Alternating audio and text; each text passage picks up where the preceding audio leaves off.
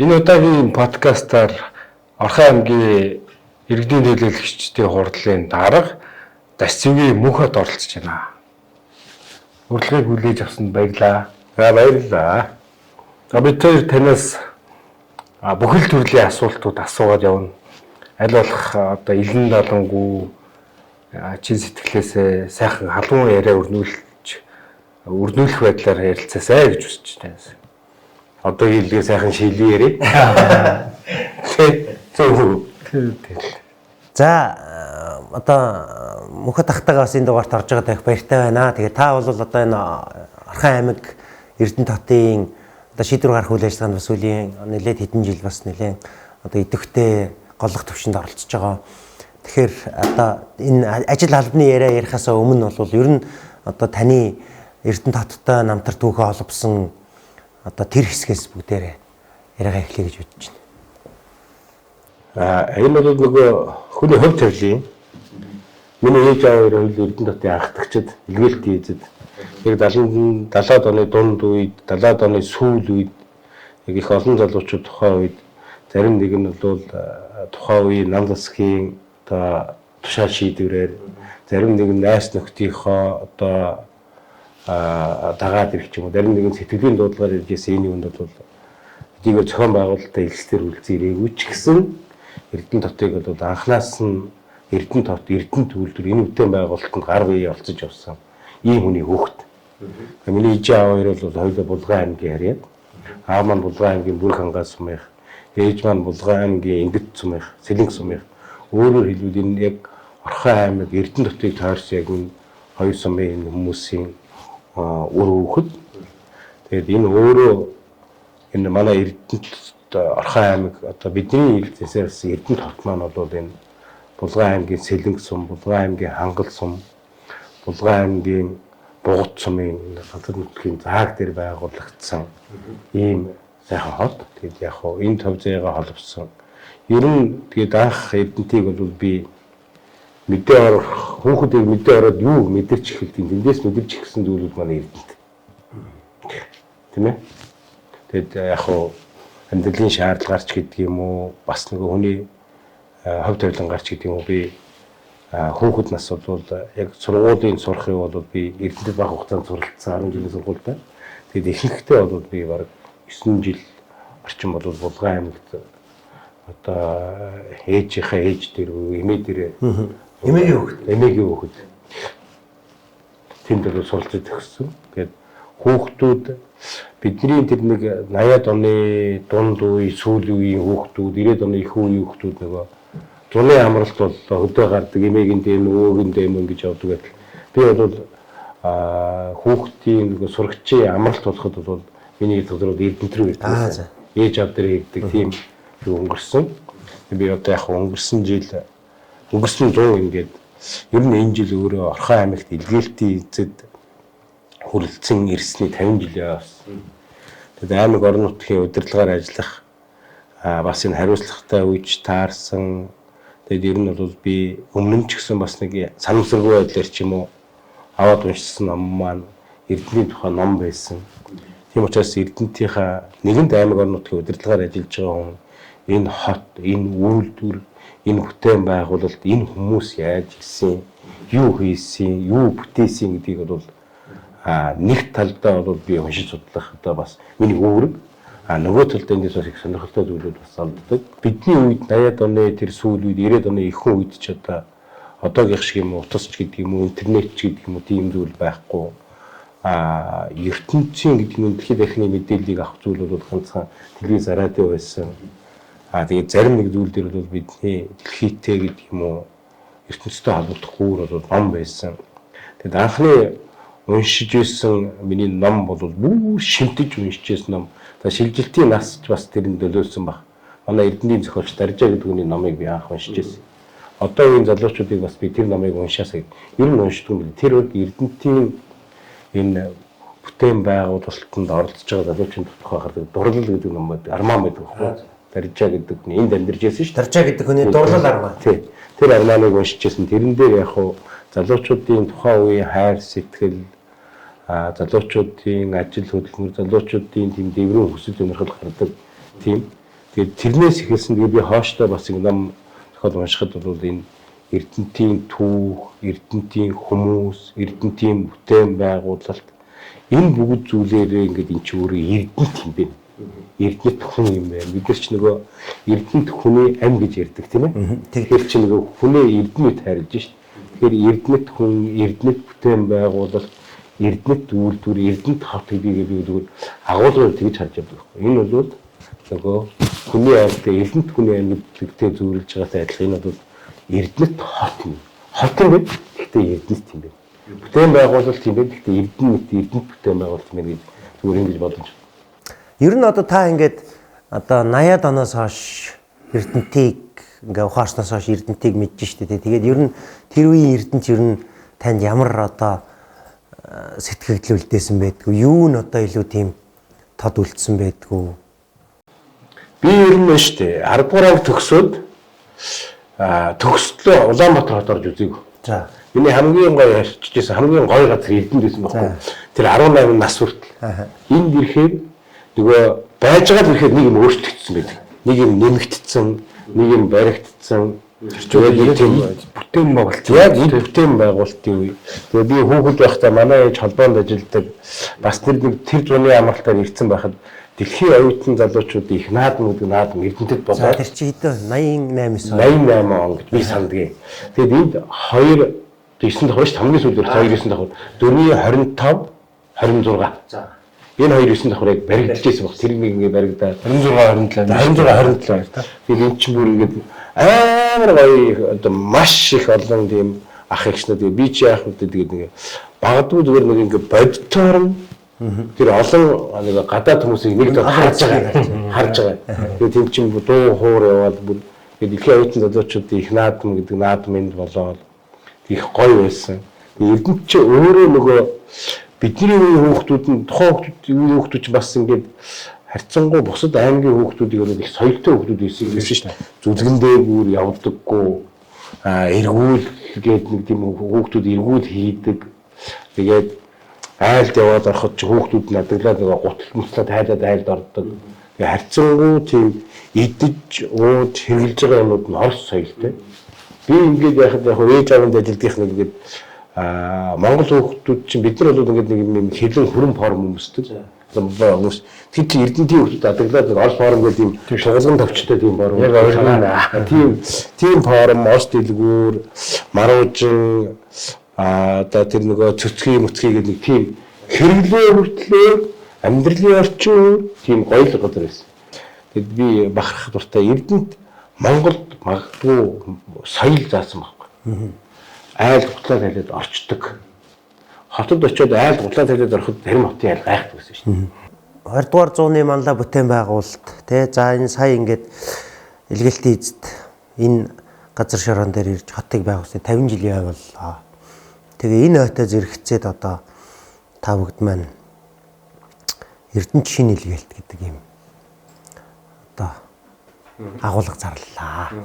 Энэ ер нь одоо хаанаас яагаад те яагаад одоо шинэ илгээлт гэж байгаа юм те ямар одоо зорилго ямар асуудлыг шийдэх гэж ийм одоо концепц агуулга ер нь төвшүүлж байгаа.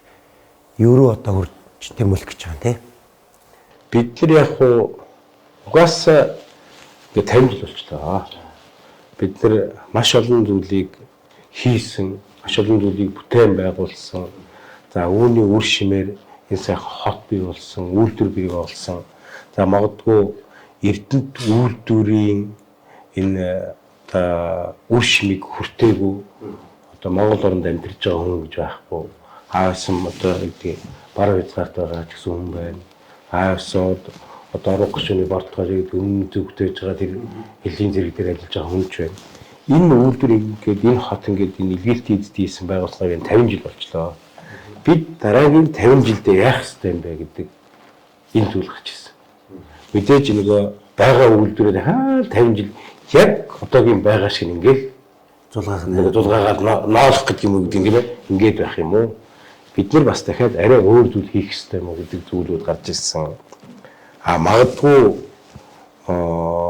дэлхийн нийттэйгээ энэ дэлхийн технологийн хөгжилтэй хөлөөлүүлж алхах хэрэгтэй болсон.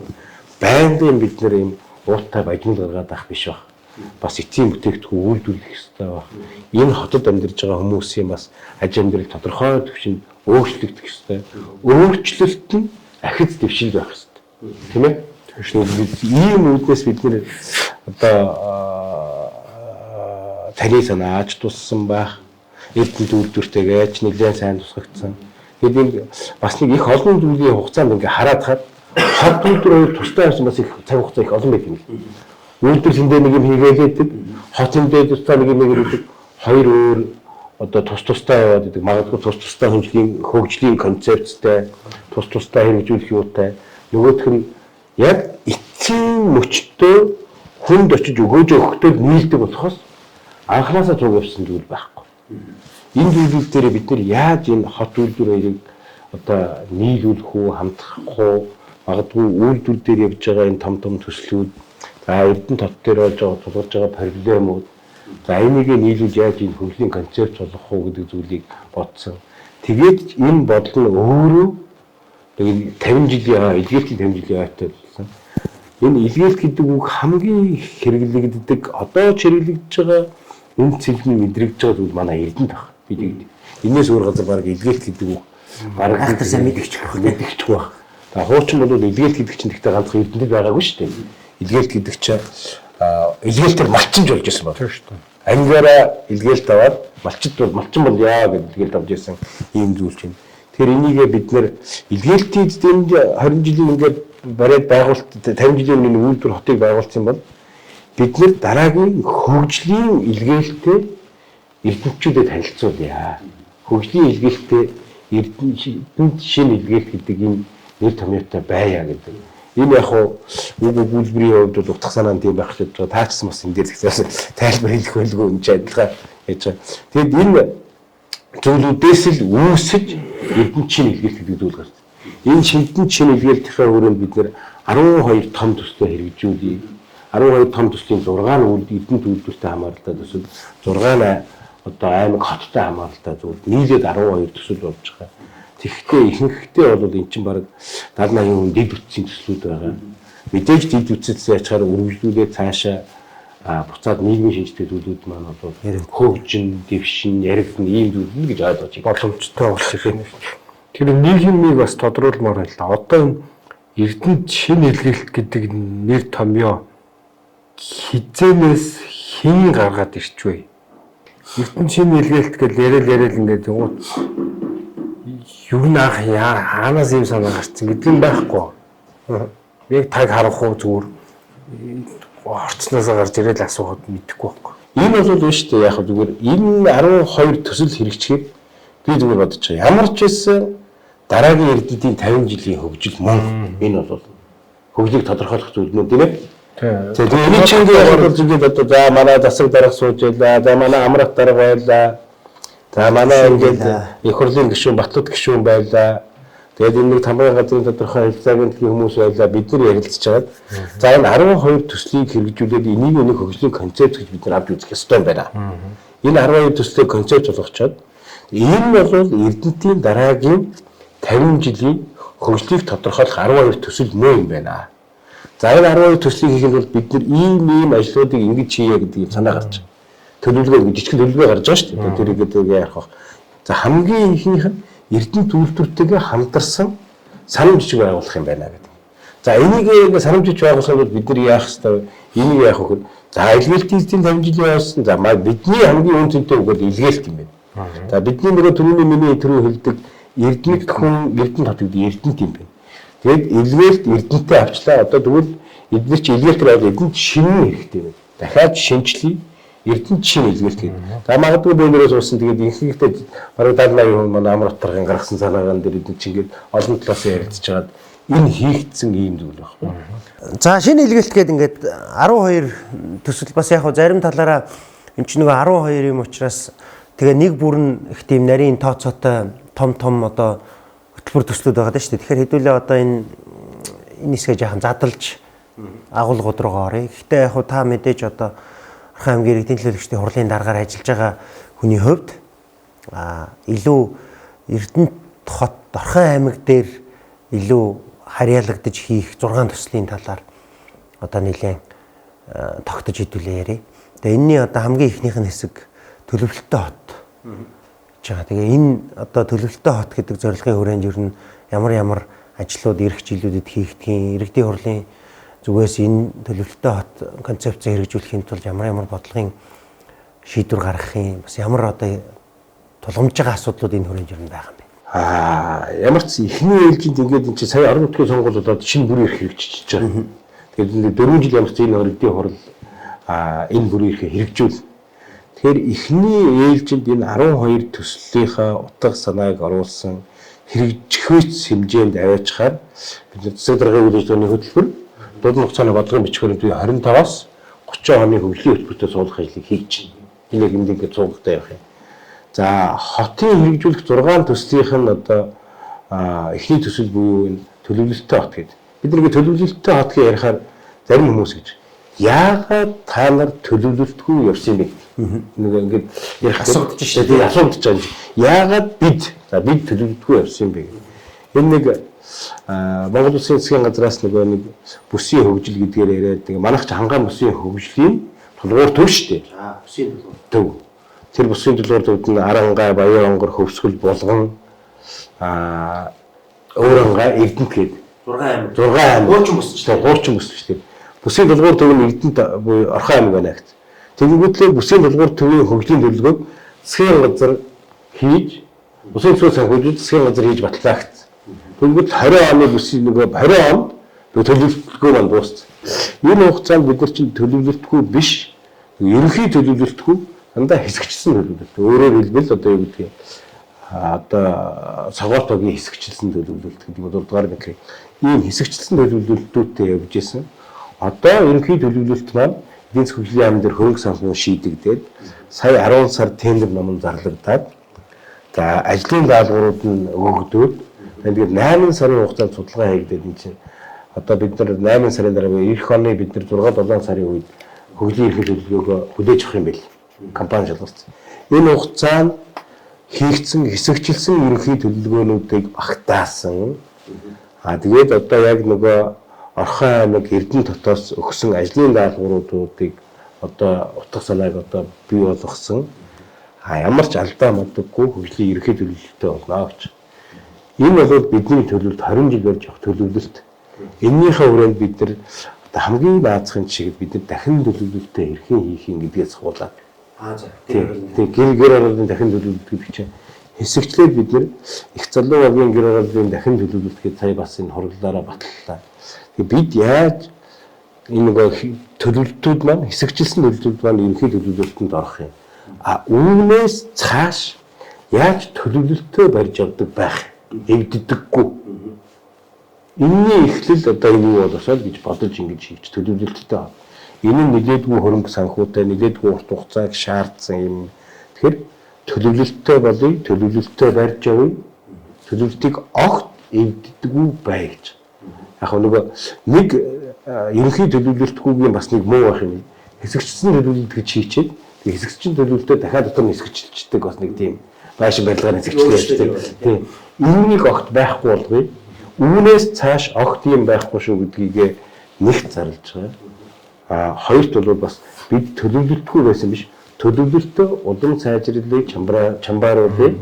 Бүх зүйлийг 12 төсөлтөөгөө урилдсан төлөвлөлт байя гэдэг.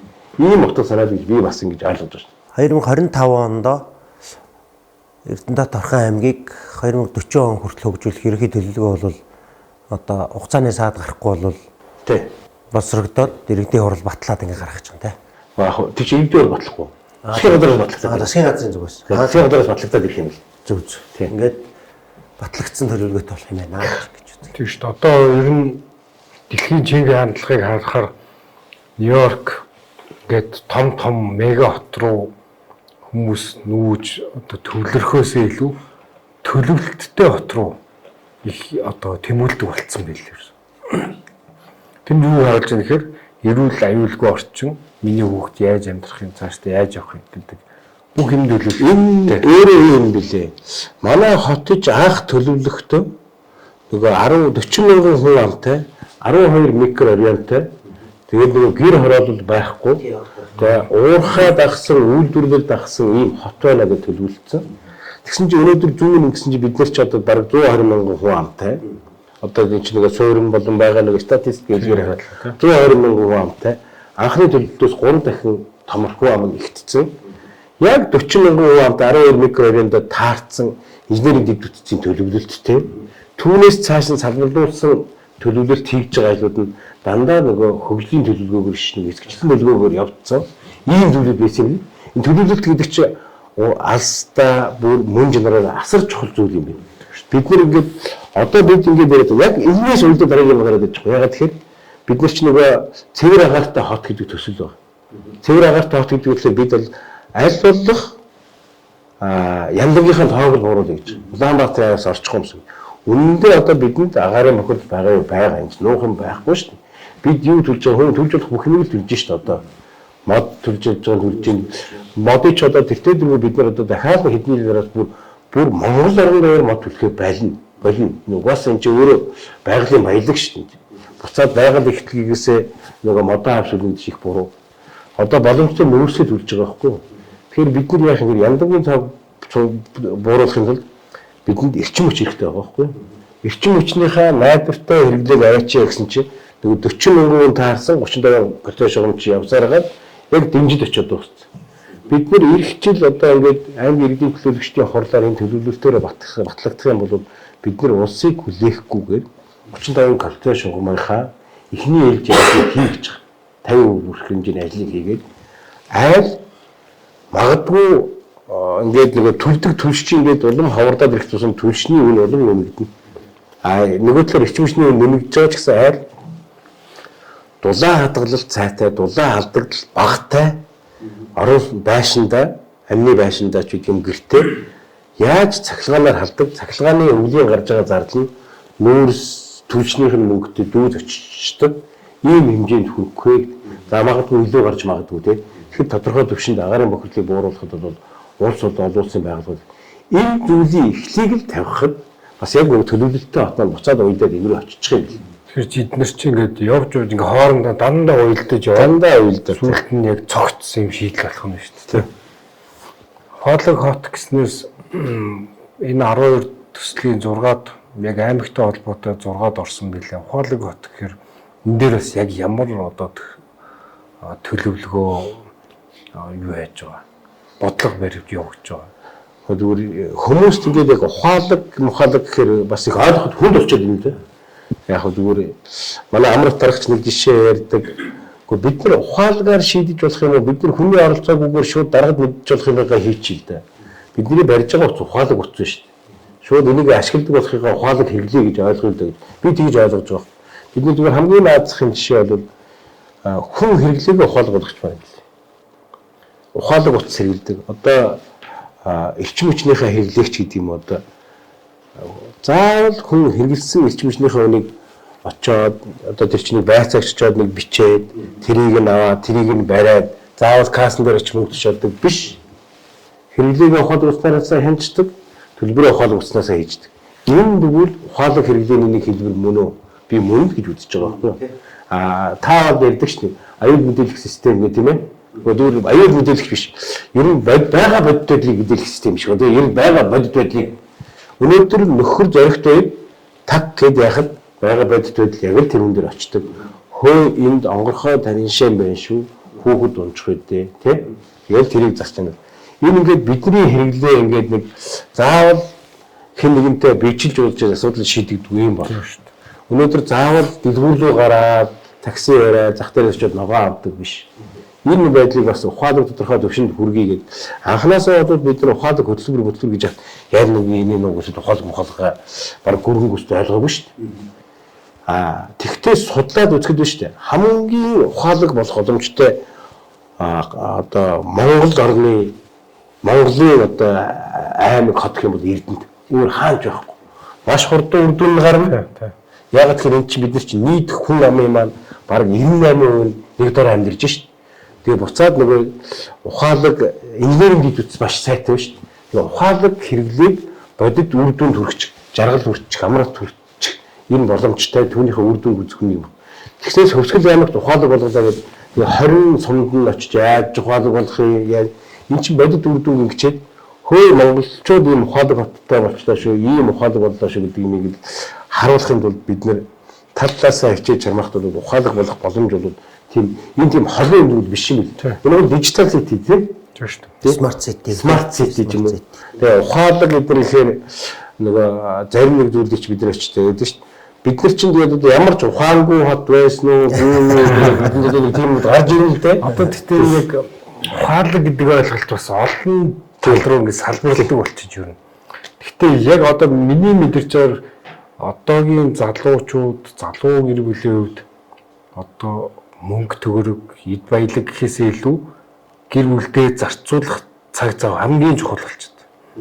Улаанбаатарыг одоо би Эрдэнэттэй юунд нь хамгийн хайртай вэ гэхээр хүүхдээ бид хүссэн сэрч дууланд нь хүссэн үед нь өргөд өгчдөг. Би өөрөө ингээ өргөд өгчдөг. Тэгээ цагийн тулгаж байгаа л өргөд өгчдөг. Энд чинь амар том давуу тал байна. Тэгээ дээрэс нь бид нэр хэрэглээгээ ухаалаг болоо таны хэлснээр ус тогны мөнгөө заавал очихгүйгээр уцснаасаа төлдөг болчих. Имлэгийн очор одоо ингээд очроо шууд уцснаасаа авдаг болчих. Бас зарим нэг үлдсэн одоо салбарууд байна шүү дээ. Заавал биеэр очдөг. Эднэрийг ингээд болгоод ухаалаг болгочвол бидний хамгийн их хүсэж байгаа нэг цаг зав. Одоо энийг хийхэд ингэж байгаа байхгүй бид одоо нэг их олон нэртэй байдаг шүү дээ. Насан туршийн суралцсан төв, насан туршийн боловсролын төв гэж одоо тэр чинь нэрний урцсан байлаа. Насан туршийн суралцсан төв болсон байлгүй. Эднэртэйгээ хамтраад бидэнд аюулгүй бол ухаалаг хэрэглээнүүд байна. Төр нэвтрүүлсэн байна. Тэр чинь иргэд хэрэгжилж чадахгүй. Хэрэглэхийг бас зарим хүсэжгүй байх шиг байна. Одоо магадгүй би бол ээжтэй нэг бол дагаад бас хэцүү юм шиг. Манай ээж бол өөрөө яваад өөрөө талхаа бариад өөрөө махаа харж ээж өөрөө амаа харж ээж авдаг юм хүмүүс бол энэ үг бас ингэ. Тэгэхдээ дийлэнх нь хэрэгжилж болох хүмүүстэй яаж хэрэглэх вэ гэдэг. Эрчим хүчний эрдэнэ болон цахилгаан төвөөх сүлжээ чинь бас ингэ өөрийн аппликейшнаар ороод эрчим хүчнийхээ хэрэглээг шууд төлждөг, гарсан төлбөрийг мэдчихдэг. Тэгээд төлбөр төлөгдөөгүй бол шууд хуучин төлбөр төлөгдөөгүй тохиолдолд бидний яг нэг мончор гэж үүсэн шүү дээ. Тэр хүн алхаж очиод утасны шам дээр авираад товын салгачаад тэгээ хүн төлөвчөнгүүд буцаж очиж ачаад төлснийхэн дагуу очиж залгадаг байсан шүү дээ. Одоо энэ хүн биш болтой. Төлбөрөө төлөөгүй ингээд удаадах юм бол санууд өгөөд тэгээд шууд тасалчих. За. Төлбөр нь ороод урдах гэж шууд арж. Энэ хооронд ямар айлыг вэ? Тийм нэг айлыг. Хэрэглэгчтэйгээ нөгөө юу таслан салгалтын мөнгө гэж боддог гэсэн. Бас нөгөө талаас таслан салгалтын мөнгөний нэг мөнгө хэмнэгдэж байгаа. Хэрэглээ тодорхой төвшөнд очиж. Энийг тэгээд бид нэг ийм мэдрэмжтэй энийг яаж хэрэгжилж сурах вэ? Энэ юм. Бид нар бий болгосон энэ платформуудыг хэрхэн хэрэгжилж сурах вэ гэдэг хамгийн чухал юм байна гэж би зүгээр ойлгосон шүү дээ. За дараагийн нэг хэсэг маань бол энэ ногоон хот гэдэг ийм зорилт байна. Ер нь одоо дэлхий дээр ч гэсэн ногоон болох уур амьсгалын өөрчлөлтөд эсвэртэй байх энэний эсрэг сөрөн зогсох гэдэг ийм том хандлага явж байна. За тэр бум мод гэдэг одоо хөдөлгөөн өрнжийн Эрдэнэт төвлөрдөр бол улс даяар бараг 100 сая мод тарих амлалт авсан юм байна. Гэхдээ энэний тодорхой хэсэг нь бол Эрдэнэт хотод биш үү. Тэгэхдээ дийлэх хэсэг нь бол тийм Монгол орон даяар ингэж явах юм байна. Тэгэхээр энэтэй холбоотой Эрдэнэт ер нь яаж одоо ногоон болох юм? Тэгээ тэр дундаа одоо айлууд яаж хашаа гэр оролцъё? Хоёр талаас би хоёр талаас нь ойлгож байгаа ер нь бас. Би хоёр талаас нь ч тайлбарлаж байгаа. Нэг нь бол улсын эрхлэгчийн санаачилсан тэр бүм үндэсний хөдөлгөөнд өөртөө ногоон болгож болох одоо өөрсдийн хүний оролцоотой зүйл юм. Нөгөө талаасаа дахиад төлөвлөлттэй хот руу очиж. Ногоон гэдэг чинь нэг бол бодит байдлаараа мод цэцэг навч юугаа ногоон гэж хэлж байна. Нөгөө талдаа байгаль дэлхийд ээлтэй технологи, байгаль дэлхийд ээлтэй амьдрахыг ногоон хөгжил гэж ярьж байна тийм ээ. Энэ хоёр талаас нь бид нар бодож, би ч бодож. Тэр бүм модны хүрээнд хамгийн их нөгөө мод тарих амлалт авсан авч манайх шүү. Тэгээд дээрээс нь Эрдэнэт үйлдвэр нэмэгдсэн бол Монголд хамгийн их мод тарих байгаа аюун зүйл. Энэ мод тарих нь буцаад энэ чинь нөгөө байгаль дэлхийдээ цэвэр агаа тэгээд нөгөө энэ чинь хүлэмжийг багасгаж байгаа ийм хэлбэрүүд юм. Буцаад бид нар амьдралын хэм маягтай бас яаж энийг яах вэ гэдэг юм яаж байна. Бараг аймагуудаас анхныхандаа бид нар одоо хабрид хаустай хамтарч төсөл хэрэгжүүлж байна. Ямар ч юугүй, гал түлэхгүй, яндангуу, эрчим хүч хэрэглэхгүй, цахилгаан хэрэглэхгүй тий. Өөрөөсөө юу гайв. Тэр айл одоо юу гэдгийг хоолоо хийхэд хуцаа угаахад, эндүүдэхэд эрчим хүчний хэрэглээ гарна. Анхны бидний яриг төлөвлөлт юм. Тэгээ бид нар бүр гэр хорооллын багт ийм гоё байж болох юм а гэд Эрдэнэ баг дээр аймаг тодорхой төвшөнд хуулийн дагуу нэг шинэ бүтээл оновчтой инновацийн югаар нь тодорхой мөнгө төгрөгийг тавиад ингээд төсөл амжилттай хэрэгжиж байгаа. Энэ өгөөд одоо нэг байшингаа бариад баг дуусчих. Тэгээд хүмүүс их харуулъя гэж. Улаанбаатар ч амжилттай болсон. Улаанбаатар амжилттай болсон. Тэгээд бид нар аль болох орон нутгаар Улаанбаатар зах зээл байгууллага нөгөө компани ч ирэхгүй шин. Тэнд хангалттай болсон. Арай хийж бид нар ингээд энэ бас тэгээд ингээд логоо юуных юу гэж бодож байгаа. За ингээд хүн гой орчинд болоод ирэх чинь мэдээж бид нар нөгөө таны ярьдаг шигчлээ модоо юу руу оруулж ирье. Хот руу оруулж ирье. Эзэмгүй газар очиод баахан мод цуулгас тариад явах вэ. Айл болгон хашаандаа мод тарьдаг. Тэр нь тодорхой урамшуулттай байдаг юм. Эзэнтэй мод гэдэг. Тэгээд та яриад ийм зүйл рүү яа. Би сая манай Эрдэнэтэд нэг Монгол багш ирсэн. Гадны тэгшлийн хийдийн тэргүй хам шүү дээ. Монгол багш ирээд тэг манай Эрдэнэтийн нэг хийдийн хамбан нар шашны зүтгэлтэнгүүд ирээд нэг л бид бурхан болооч хүн мэдлэхэд мод тарьдаг болъё. За хүн бурхан болоход мод тарьдаг болъё. Хүний баярын ёслол болгон мод тарьдаг болъё. Тэг аймаг тодорхой төвшөнд ягаад одоо манайд бас нэг тийм буруу юу вэ? За тэр зүгт гаргаарай, ил тавиарай, тийм уу үйлдэлээд энэ бол би тэгээд бас тэр чинь гандан тэгшлийн хийдийн тэргүй хам бурхан шашинтны ясууд энэ бол шашны зан үйлдээ мод тариагаа хэлчих болох зүйл ээ гэж. Би тэгээд бас нэг урагшилж чинь гэж бодож байгаа. Тэр нөгөө шашны тэргүй хүн өөрөө тийм бодолтой байхад за ингээд хүүхэд төрлөө сайхан мод тариагаа бид нэг тийм хэлбэрлүү гэдэг. Арай нэг эн чинь гэдэг шүү дээ тарьдаг биш тарьдаг. Яаж арай нэг арга хэлбэрүүдийг өөрчлөх үү? Яаж тэр модоо ашигтай байлгах уу? Яаж эзэнтэй байлгах уу? Яаж миний мод, тэрний минь мод гэдэг ийм зүйлтэй байлгах уу? Гэдэг ийм талаас нь хараад тэгээд энэ зөв технологи, зөв үйлдэл, зөв амьдралын хэл маяг дээрээс нь одоо Монгол Улсын ерөнхийлөгчийн санаачлагыг дэмжиж Эрдэнэ төлөвлөлтөөр Эрдэнэ хотын гаргасан санаачлагыг дэмжиж энэ нөгөө мод тарих асуудлуудыг ингээд хийхэд бидний ногоон хөгжил, ногоон хот гэдэг зүйл маань ийшиг ирэх юм а. Хүний нүдэнд харагдахтын сайхан ногоон бай. Буцаад хэмжигдэж, үнэлэгдэж тогтооход ногоон бай гэсэн ийм л бодолтой бид ногоон хот гэдэг тавьж байгаа. За замын асуудал байна. Бас намаржингаал ярьлаа одоо дэнжийн замыг гээл яриад ер нь манай одоо дархан бол ингээд хэдэн жил чимдээ явж хагаад одоо дөрөв игнэ замаар ингээд холбогдчлоо тий. Да дотоод замаач бас нэлээд шийдээд байгаа шиг. Манай зам ер нь ямар проблем тулгарсан одоо ер нь шийдэл нь юу юм бэ? Энэ чанартай автозам гэдэг энэ зорилтын хүрээнд ер нь юу харж байгаа юм бэ? Яг нөгөө хотын доторх проблемтай байх энэ автозамын асуудал бол хамгийн дөрөв тулгамж байгаа манайх юм билээ л дээ. Одоо нийслэл манайх дархан гэдэг байх юм л. Бусад аймагуд дээр ч одоо яваад очихоор юу гэхээр ерхий сайдын уулзалт гэдэг юм уу, их хурлын гишүүдтэй жуулдыг харахад манай тэр сумрууданд байдаг гэж, тэр багнууданд байдаг гэж гэдэг юм нэг юм шүү дээ. Тэгсэн чинь бидэнд сумрууданд байх шаардлага байгаа. Тэнгүүтэл чи эн чин болоод байна шүү дээ. Нийтлэг гишүүдийн ч гэдэг юм уу, нийтлэг улсын проблем биш болгоод хоёрдугаар хүнд орчдөг юм. Тэгээ байсаар хагаад нөгөө юм чинь ингэ тулдаг шүү дээ. Бүр ингээд нэг хүн ингээд дуртай хуцаа өмсцөөр хэлбэр цаартал өмсөж штеп. Өндөө бол өндгийн цаартал өмсдөг гэдэг шиг. Замаа бол бид нар туршлан ажиллана штеп. Бид нэг юм. Энэ зам чинь бийж явж байгаа дээгүүр нисч яваагүй штеп. Замар чинь бас бийж явж байна. Энэ нэгдэн төлөвлөг ажилч бит маанч явж байна. Бүхэл хүн явж. Улс авахынхаа хэмжээнд авчаад одоо өгөөч хэлж бидэнд өгөөч. Аймаг орнотын төсвийн замаас дийлэхгүй. Боломжгүй. Манай Эрдэнэт бол манай засаг дарга нэлээд сайн судалгаа хийсэн 300 гаруй километр шорон зам байна. Хотод ингээд манай Эрдэнэт дотор байдаг. 300 гаруй километр шорон зам шүү. Тэгээд энэ чинь дахиад нэг 100 гаруй километр гэдэг баха. Тий, 100 гаруй 130 орчим километр юм. 130 орчим километр асфальтын зам. Энэ замууд маань нөгөө нэг дээр нэг олон ингээд нэг замдаа Монгол кинодын дээрээс бид нар үздэг ш кино. Нөхөстэй дээлтэй уншиг болчлоо шүү дээ. Тэг дээлийн нэг одоо нэг солино гэж. Энийний тулд бид нар яах вэ гэхэд чанартай авцантай хот гэж. Энэ бас л нөгөө амьдралын чанартай холбоотой. Тийм ээ. Энийгээ бид нар хэрэгжүүлээд займарцсан нэг тэгээ төлөвлөлттэй хот руу шууд уйлдана. Тийм байна. Тэгээ бүгд ингэж яаж байгаа төлөвлөлттэй хот руу уйлдаа. Төлөвлөлттэй хот руугаа шууд уйлдана. Буцаад эн чинь засгийн газрын үйлчлэгээний хөтөлбөр бидний дээр суулгаж байна. 4 жилийн. Займарцсан түүхэндээ анх удаа бид нар 54 төгрөг Эрдэнэ төвлөрөөр улсын төлөвлөрөх төлөвлөрөх бодлогоос үлдээгээд энд 54-ний замны асуудал шийдэгдсэн. Тэнгүүтэл аймаг дахиад төсөв тооцоо нэг явж явах нөө чинь 65 тэрбум болсон. Аймаг 12-ыг гаргаж байгаа. Бид нар ямар ч 65 тэрбум төгрөгөөр тодорхой түвшин замынхаа ажлуудыг шинжилж байгаа.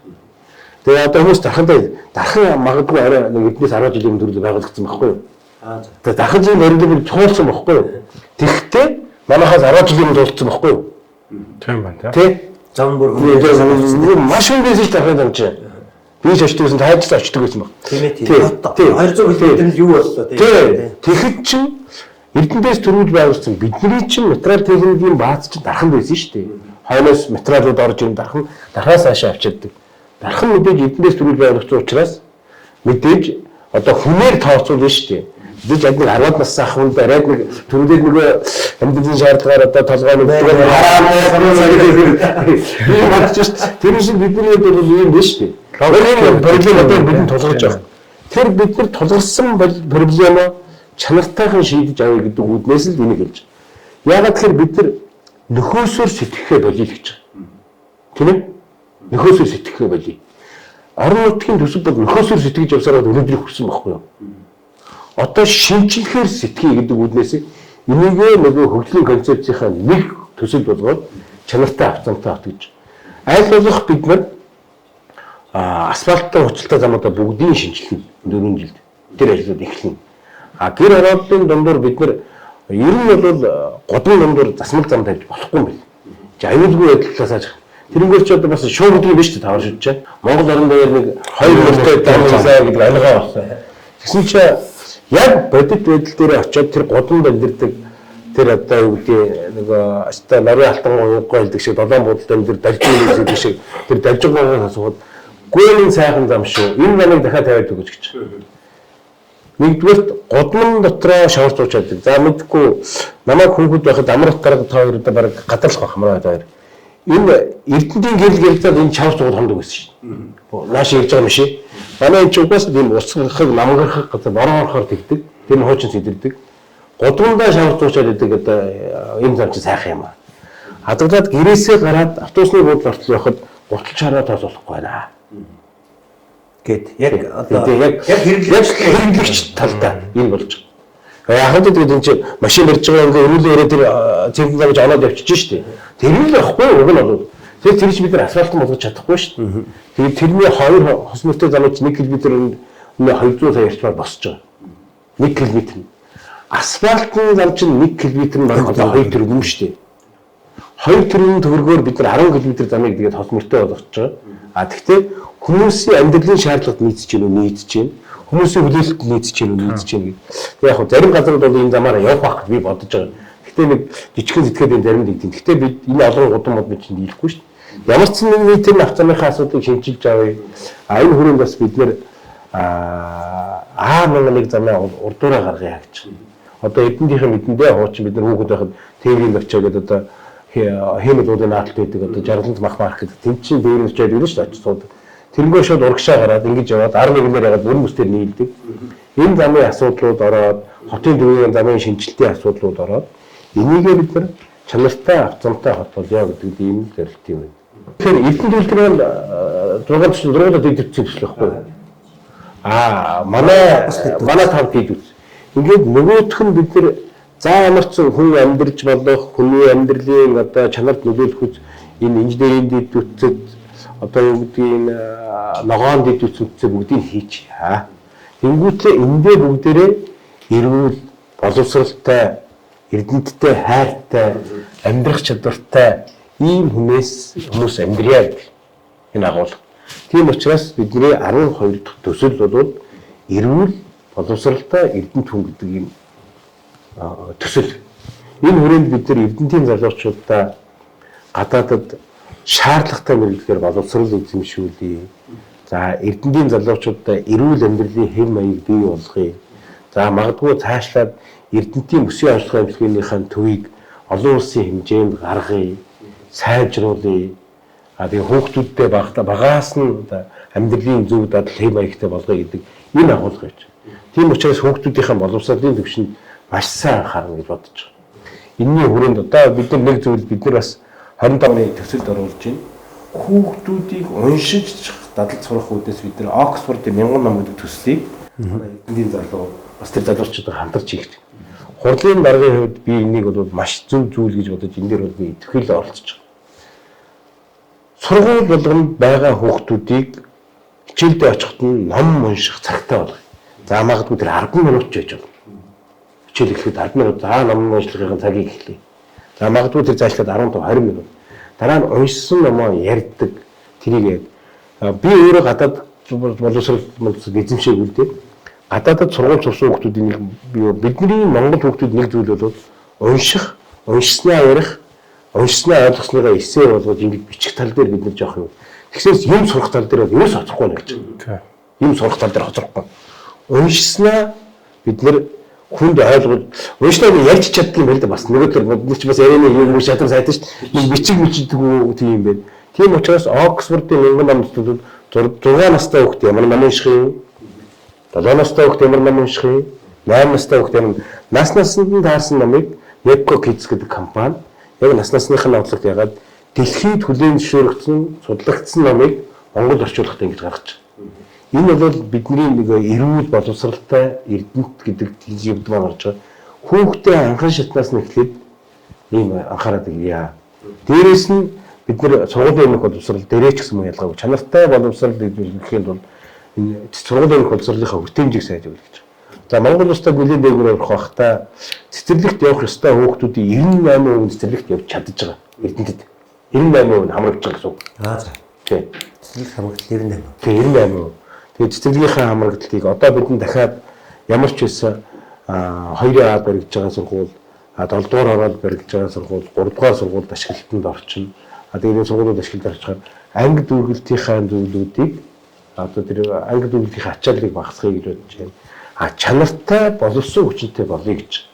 Тийм учраас манай эрүүл мэндийн одоо манай эмнэлэг гэхэд эндээ ажлын байран дээрх сургалт, совилогч үлдэх сургалтыг хийх гэж. Энд чинь буцаад нөгөө эрүүл иргэндээ үйлчлэх гэдэг юм шүү дээ. Нөгөө талдаа бид нар бас багшлах боловсон хүчнээ яаж одоо татах уу, дуудах уу, тийм ээ, энд яаж ажлын байраар хавах уу гэдэг үү.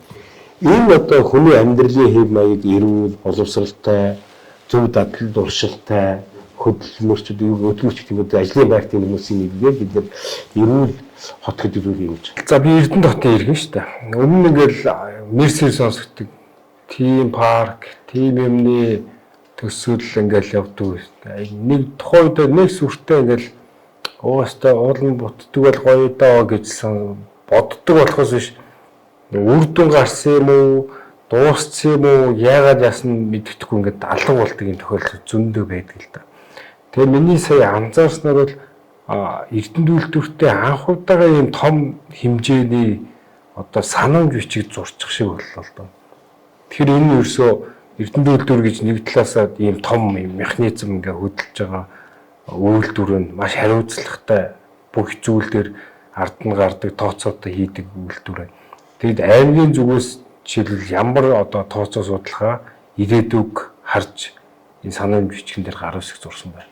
Нэг хэсэг чинь ингээд нэг том төслүүд эхлүүлээд төслүүд авч тээзүүд нэг тийм нэг одоо бизнес гэж Тээзүүгийн бичиж бизнес хийдэг тий. Одоо ганцхан зүйл биш би сая зүгээр их бодтой хүний амнаас гарсан юм би тэгээд мэдээлэл бас мэдээлэлтэй.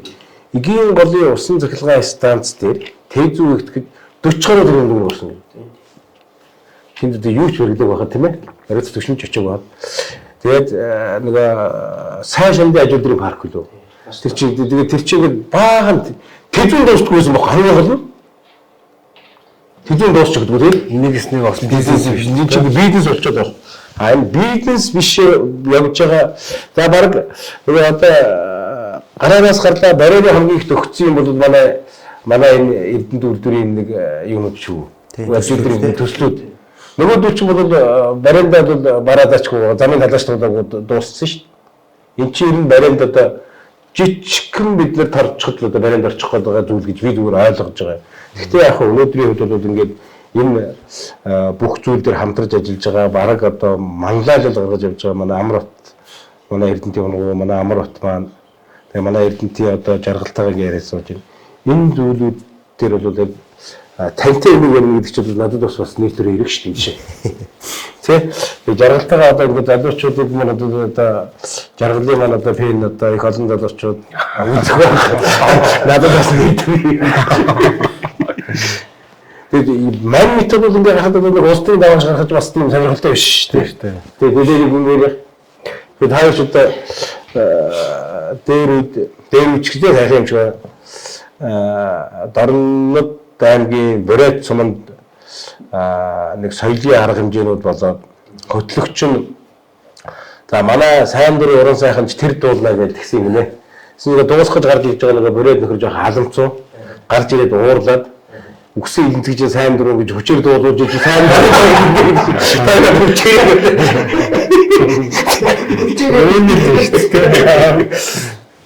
Тэгтээ бол би тань дураараа ирээгүй гэдэг аягаас тодтогч хэлээд биш.